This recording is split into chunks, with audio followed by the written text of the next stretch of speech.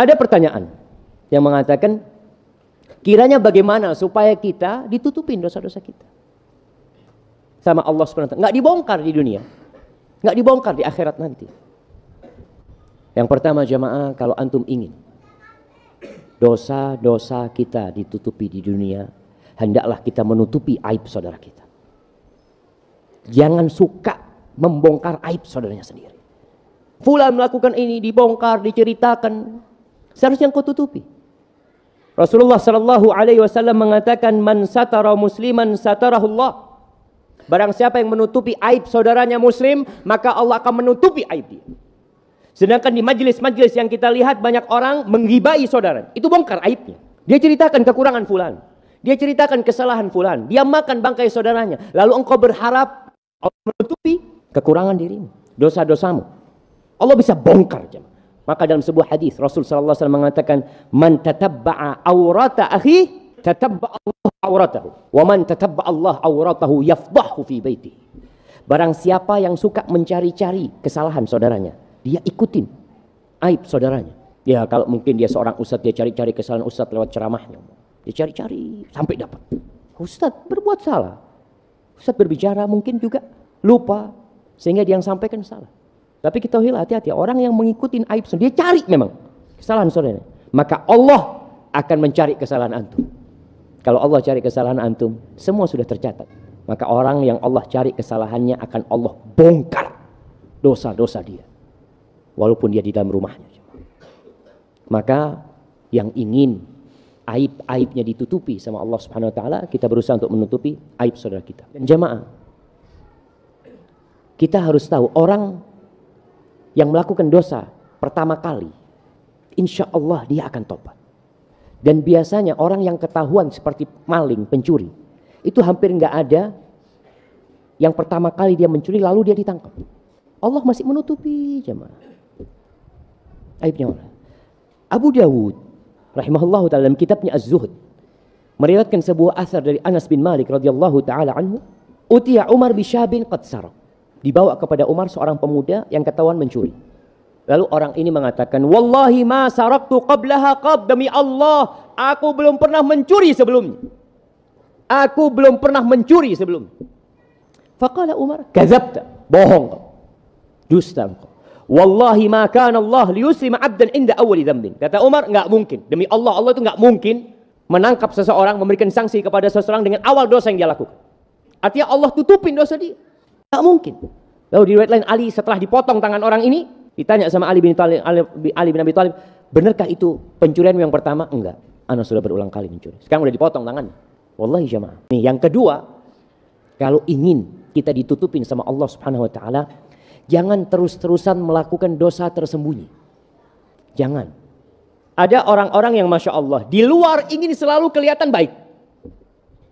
Masya Allah, tampak orang soleh, senyumnya melelehkan hati. Penampilannya menandakan orang yang beriman. Tapi kalau dia sedang sendirian, sedang gak ada yang melihat dia melakukan dosa tanpa peduli sama Allah Jalla Jalaluhu. Ingat, dalam sebuah hadis yang Rasul sallallahu alaihi wasallam menceritakan, akan datang la ya'tiyanna aqwamun yaumal qiyamah bihasanatin amsala jibala tuhama bidan.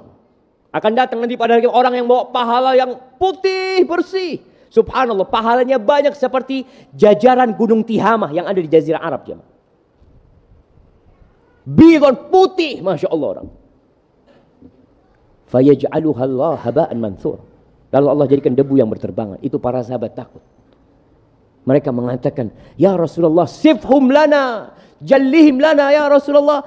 Tolong sifatin mereka. Siapa sih mereka? Tunjukkan kepada kami supaya kami nggak jadi seperti mereka.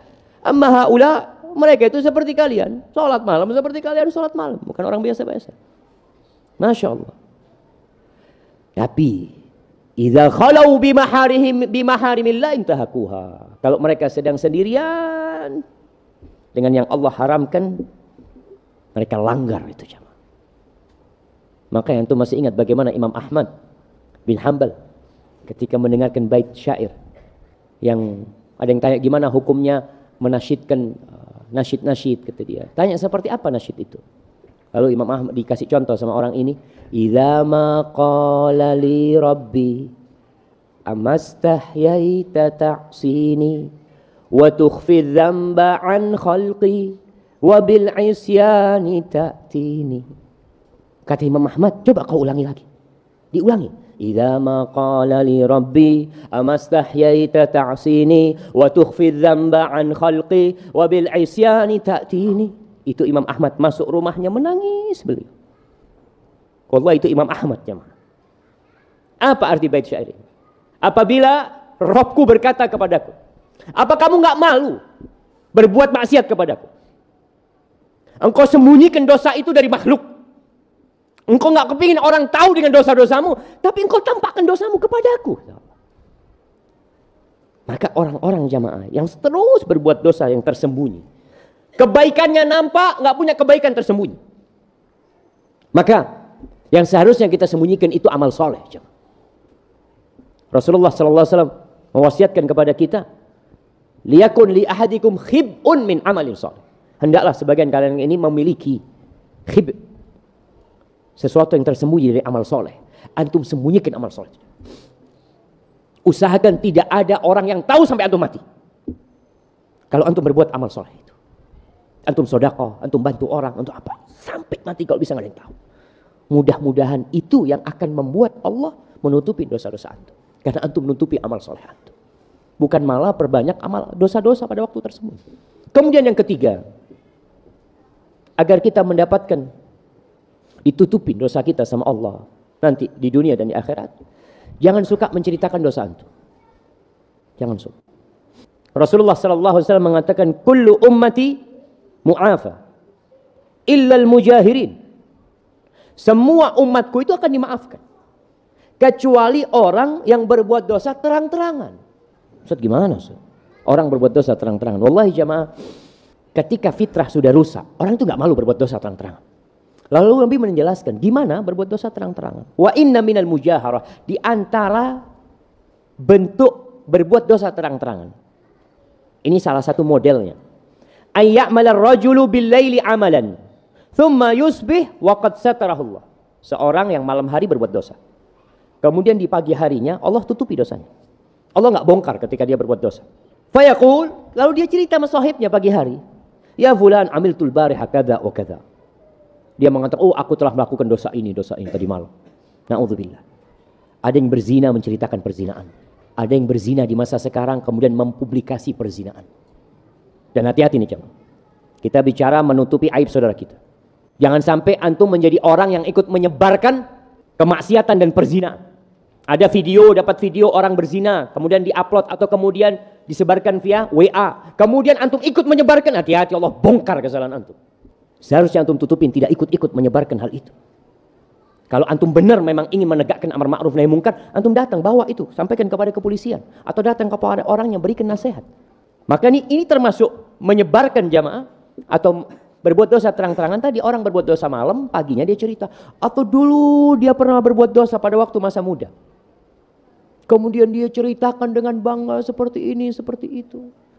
Tapi kalau dia cerita demi untuk mendapatkan solusi dan tobat, nggak apa-apa.